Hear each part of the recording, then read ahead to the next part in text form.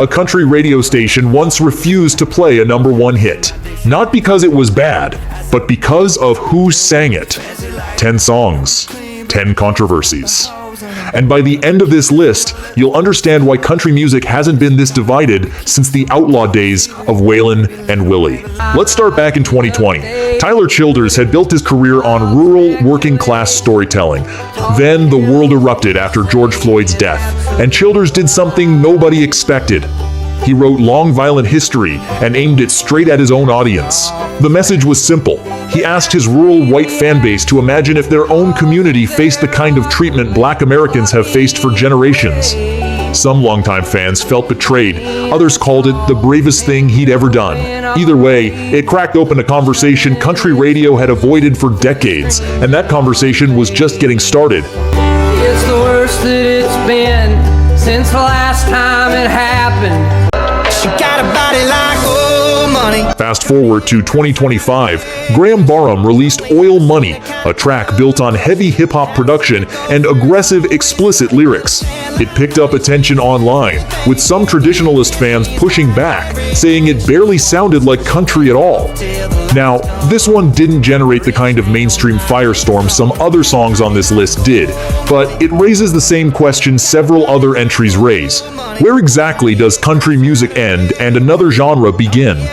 That question keeps showing up on this list, and it gets louder with our next song. In 2021, something strange happened. A goofy little tune about Applebee's took over TikTok.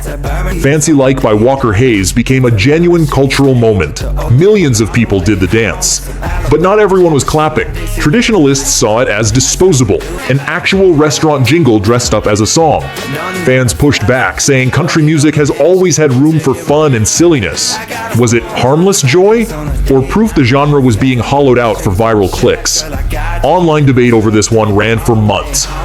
Yeah, we fancy like Applebee's on a date night. And the next entry took that same tension and turned it into a full-blown national debate. Drag back home and drown my troubles away. In 2023, an unknown man with a beard and a guitar uploaded a video from the woods. Within days, Rich Men North of Richmond hit #1 on the Billboard Hot 100. No label, no major promotion, just raw, working-class frustration that struck a nerve. But here's the twist. The song became a political football almost overnight. Politicians on both sides tried to claim it. Artists across the industry, including Jason Isbell and Maren Morris, weighed in publicly on what the song meant and who it really represented. Was it a genuine cry from the working class, or was it being used as a weapon in a culture war it never asked to join? That debate is still going. I've been selling my soul, working all day. And our next artist didn't shy away from controversy either. He seemed to lean right into it. Aaron Lewis has never been one to hold back. Am I the Only One is angry, blunt, and unapologetic. He takes aim at what he sees as a brainwashed culture, and he doesn't soften the blow. Plenty of fans cheered. They felt like someone was finally saying the quiet part out loud. Others heard the same lyrics and called it bitter and divisive. Here's the real question though. Is a song like this telling hard truths, or is it just feeding into the very divide it complains about? Country fans are still arguing about it. I can't be the only one. And honestly, the next song on this list took things even further. This one didn't start as controversial at all. Try That in a Small Town came out quietly in May of 2023. Then, in July, the music video dropped. It featured real news footage of protests and unrest, layered over lyrics about vigilante justice and protecting your own. That's when everything exploded. Critics called it a dog whistle, even outright racist. Aldean fired back hard, saying the song was about community, not violence, and that he was raised to look out for his neighbors. CMT pulled the music video entirely. But the song still shot to #1. So who won that fight, the critics or the charts? Maybe both. Sucker punch somebody on a sidewalk. And speaking of violence in country music, our next entry handled it in a way almost nobody complained about. Here's where things get interesting. Wait in the Truck tells the story of a man who finds an abused woman on the side of the road. He hunts down her abuser. He kills him without hesitation, and he proudly accepts his jail sentence afterward. That's a man committing murder in the middle of a #1 country song. You'd expect outrage. Instead, almost nobody objected, and the backlash that did exist was minor compared to other songs on this list. Why does violence in a murder ballad get a pass, while violence in a music video sparks a national firestorm? Maybe it's the story, maybe it's the sympathy for the characters. Either way, it's one of the strangest double standards on this entire list. And our next controversy wasn't about violence at all. It was about something country radio almost never talks about. Casey Musgraves has never played it safe, and Dry Spell proved that again.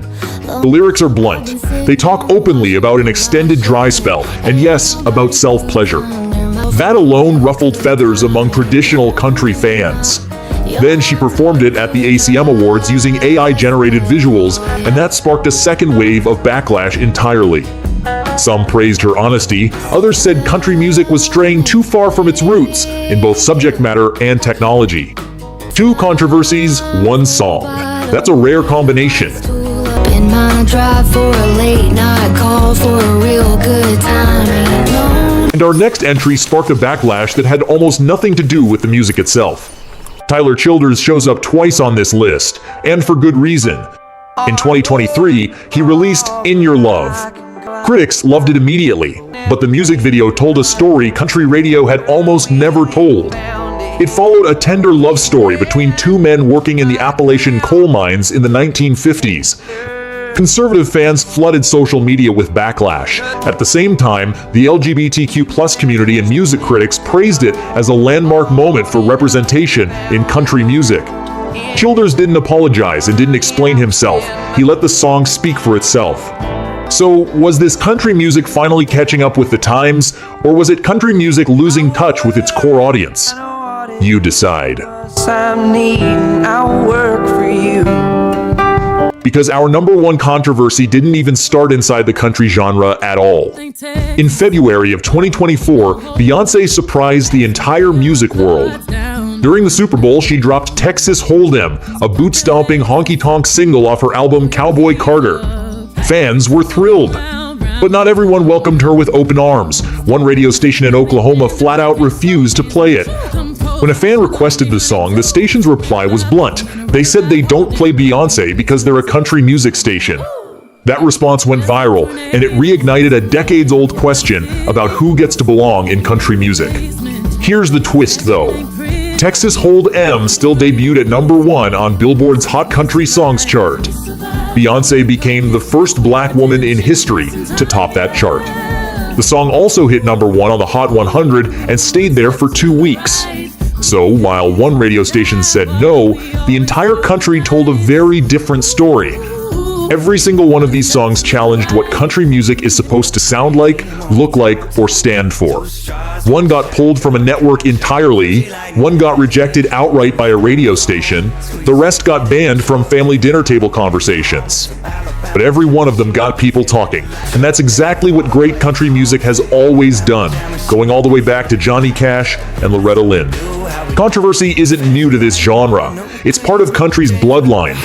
So tell me, which one of these songs do you think deserved the controversy, and which one didn't deserve it at all?